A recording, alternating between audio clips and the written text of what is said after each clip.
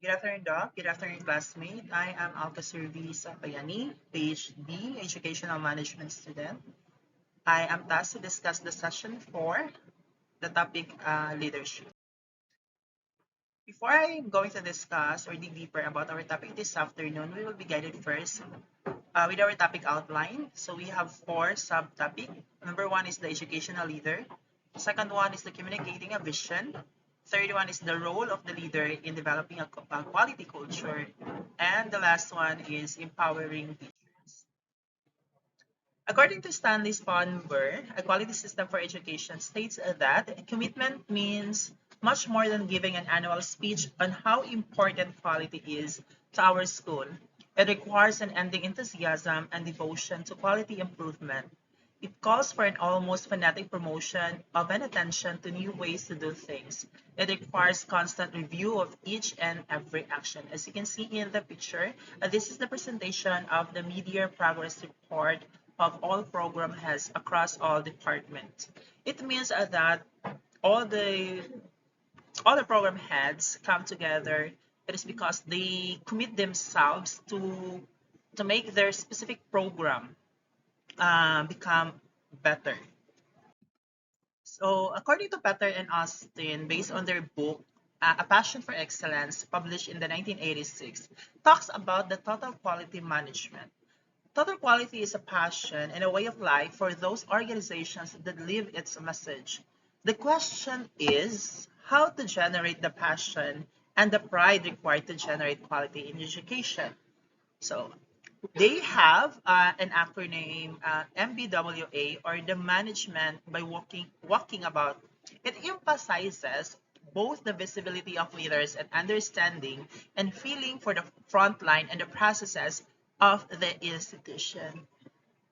It means that if you are a leader, it means you should not be, you're not just the one who will just demand to your subordinates or to your faculty.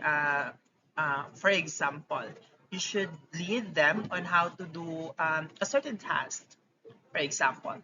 So you are not a type of leader who are just in the shadow.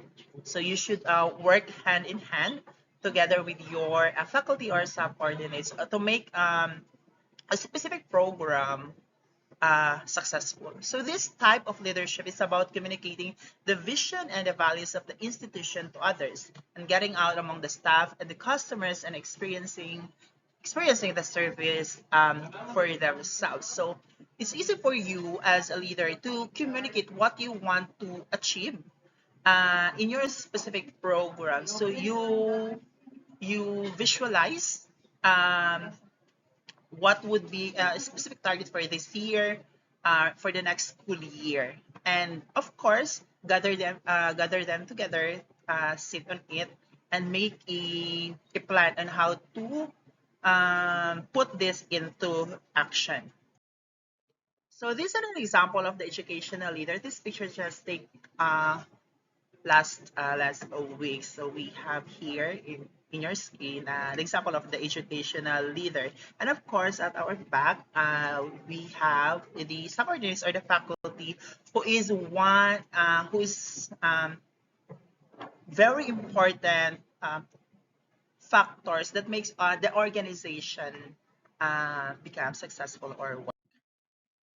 We have the excellence in the school leadership. We have here six. Number one is the vision and the symbols. The head teacher or the principal must communicate the institution's values to the staff, pupils, and students and the wider community. And the wider community. So as a school leader, you need to emphasize and make it sure that they embody the core values of the institution where you in, so that even though you are not with them every day, they can still do that or exercise that program or activity without managing them, because you already emphasized to them the importance of having the core values. Second one is the management by walking about. It's the required leadership style for any institution. And I hope that all leaders, yeah, in a specific institution walk the talk. It means that they are not just merely spitting the ideas, throwing all the impossible outcomes. But of course, they should be in front, leading all the staff, all the faculties, or all the members in the institution to make the organization successful. Number three is for the kids. This is their educational equivalent to close to the customer. It ensures that the institution has a clear focus on its primary customers. So we are in the institution, and one of the important stakeholders that we have is the learners. So therefore, as a as an institutional leader, to give the total quality experience to the learners, you need to provide first, of course, the curriculum, the instruction, of course, the faculty um, that will teach the young minds. Fourth is the autonomy, experimentation, and the support for failure. Educational leaders must encourage innovation among their staff and be prepared for the failures that inevitably accompany innovation. So, as a school leader, we need to challenge the status quo. It means we should not be stagnant or be what do you call that? We should go outside the box because there are a lot of things that needs to improve. We should not be afraid on the challenges that may come in. Yeah, there are problems that may come, but as school leader, you must be open to that, and of course, together with the faculty or together with a member of the organization, you can come up with the solution on that problem.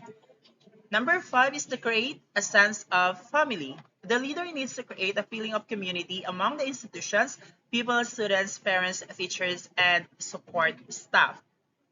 As a school leader, you can feel or you make your faculty and other staff or the member of the organization feel that their workplace is their home.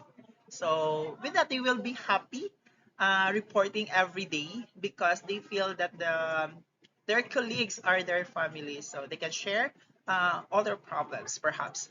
Number six is sense of the whole rhythm, passion, intensity, and enthusiasm. So essential personal qualities of the educational leader. As an educational leader, you should be enthusiastic on the things that may become um, effective to your organization. Communicating a vision. Number one is the senior management must give the lead and provide the vision and inspiration.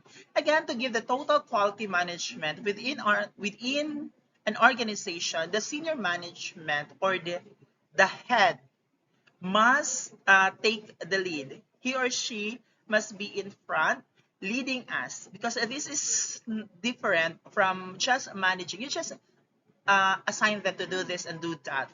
But in total quality management, you take the lead. Second one is in the QM organizations. All managers have to be leaders and champions of the quality process. You can do this by of course calling all the members of an organization to brainstorm on whatever the problems or your future plans in an organization or in a specific program so that you help them you mold them to become the next leader. Third one is many managers, particularly middle managers, may find total quality difficult to accept and to implement. And I agree with that because, again, they are fine with what they have right now. They are afraid somehow to take a new challenges, to take new things because they feel that somehow it may change the whole process. Okay, it involves as well the change in the management mindset as well as a change of role. And it is for this reason that it is often said that total quality management institution required less and more less managerial. The last one is the role of the leader in developing a quality culture. Number one is you need to have a vision for the institution. As a school leader, you should have a future plan. What are the things that you want to accomplish in your administration? Second one is a clear commitment to quality improvement. You are into change. Okay, you commit yourself to have a quality improvement, the total quality improvement within an organization. Third one is an ability to communicate that quality message.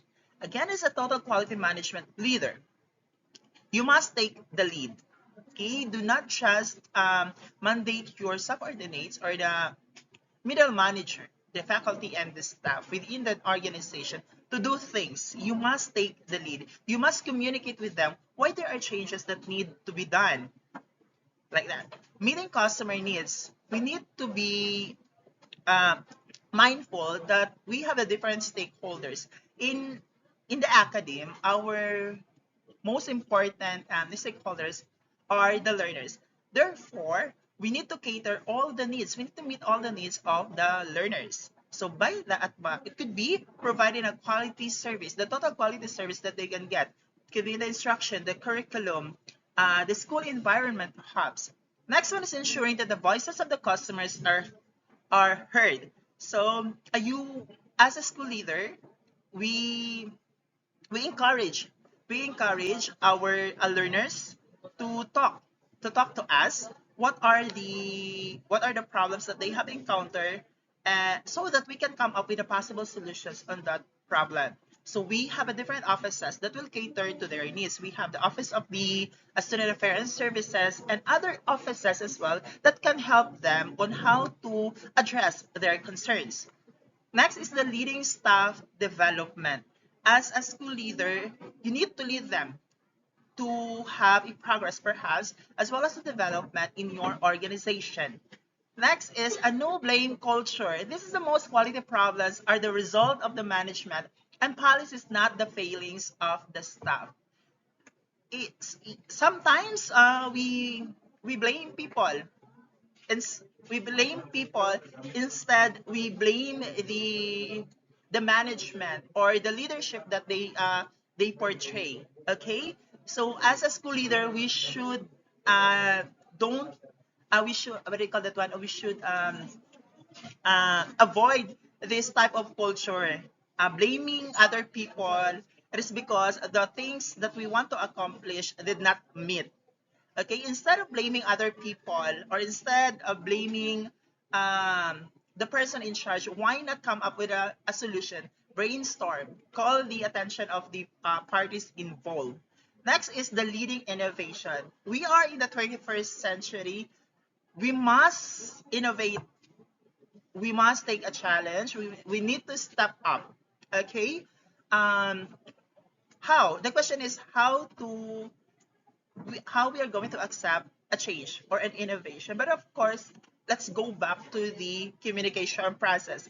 Talk to them, communicate with the staff, communicate with the faculty, so that they may understand the process that you want to take change. Next is the ensuring that your organizational structures have clearly defined responsibilities and provide the maximum delegation compatible with accountability.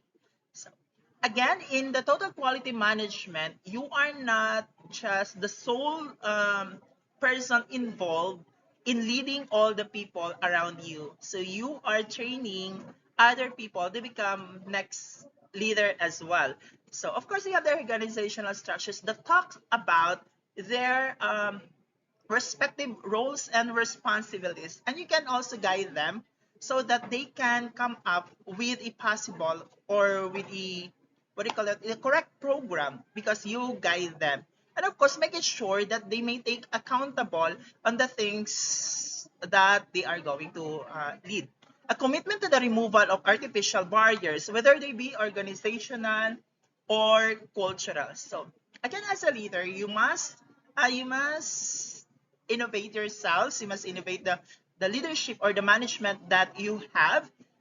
Okay, accept changes, building effective teams. It's really important in an organization to come up with an effective team, to come up with an effective faculty or a management team wherein you can, you relay what you want to achieve in your specific programs, because these persons or these next leaders really help you um, to materialize what you have written in your annual plan or in your program plan. So that is why best team makes the a program or makes the organization effective. Last one is the developing appropriate mechanism for monitoring and evaluating success. Okay, not just you assess. Of course, you don't just live there. You just assess are the problems in an organization. Do not limit yourself in just in the assessment process. Of course, you need to evaluate. You need to evaluate based on based on the assessment, based on the monitoring, the data that they have gathered. Take an intervention plan. Evaluate the data that you have gathered so that you can come up with a total quality management.